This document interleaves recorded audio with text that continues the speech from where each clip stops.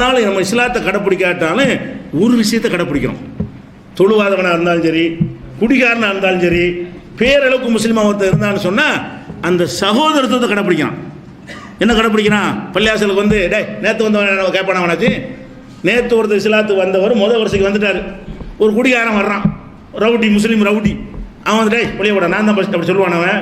அவனோட பள்ளிய முந்தி வந்து அவர் முந்தினவர். இஸ்லாத்தில் கிடையாது. இஸ்லாத்தில் என்ன இல்லை, முந்தி வந்தவன் பிந்தி வந்தவன், ஏற்றதாಳು, மொழி வரி, அதெல்லாம் ஒன்றுமே கிடையாது. எல்லாரும் விளங்கி வச்சுருக்கிறோம். இந்த ஒன்றுக்கு தான் வந்துகிட்டு இருக்கனால தெரியுங்க, எல்லாத்தையும் நாசமாக்கி விட்டோம். இந்த ஒன்றை எல்லாரும் காப்பாற்றுறோம்.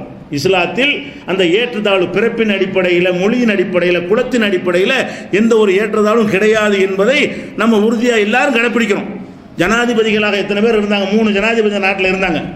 ஃபஹ்ருதீன் அலி அகமது இருந்தார், அது ஜாகிர் ஹுசேன் அதுக்கு முந்தி இருந்தார், இப்போ அபுல் கலாம் இருந்தார் இந்தியாவுடைய ஜனாதிபதிகளாக. அவங்களாம் ஜும்மா மஸ்ஜிது பெருநாளை தொழு வருவாங்க. ஜும்மா மஸ்ஜிதுக்கு டெல்லி ஜும்மா மஸ்ஜித் இருக்குல்ல, தொழு வருவாங்க. லாஸ்ட்டாக வரவங்க கடைசியில் நிற்கணும். ஜனாதிபதி வர்றாரு முதல் வருஷம் நம்ம நிப்பாட்ட மாட்டோம், அவரும் கேட்க மாட்டோம், நம்ம நிப்பாட்டவும் மாட்டோம்.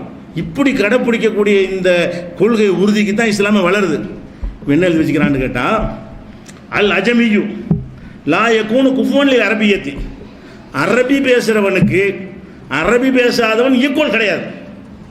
அது ரசூலுல்லாஹ் தான் சொன்னாங்க கடைசி வயசில், லா ஃபதுல் அரபியின் அல் அஜமியின், அஜமியை விட அரபிக்கு எந்த சிறப்பும் இல்லை. அஜமின்னா வேற பேசுகிற, அரபி அல்லாத பாஷையை பேசுகிறவனுக்கு பேர் அஜமி.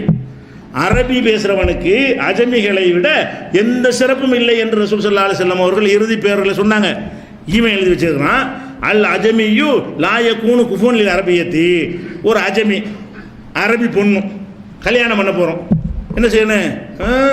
நீ அஜமிக்கு அரபி பொண்ணா, அரபி பொண்ணு எப்படி அஜமி கேட்குறீங்க என்று மறுத்துடணுமா? அது ஈக்குவல் ஆக மாட்டாங்களாம் அரபிக்கு.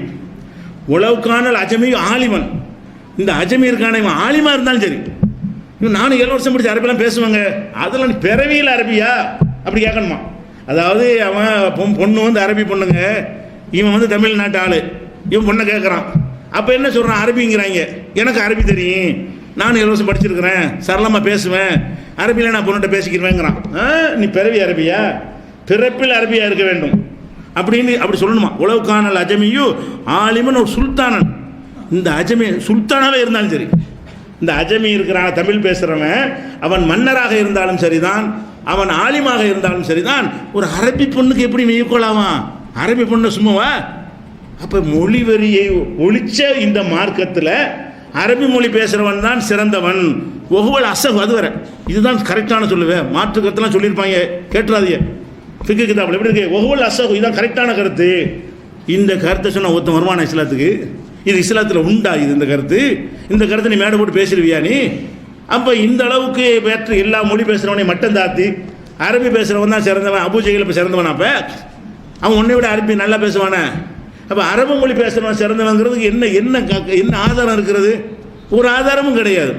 அப்போ இப்படி எழுதி வச்சுக்கிறார்கள். இது வந்து துருல் முக்தாரில் 3வது வால்யூமில் 92வது பக்கத்தில் இருக்கிறது.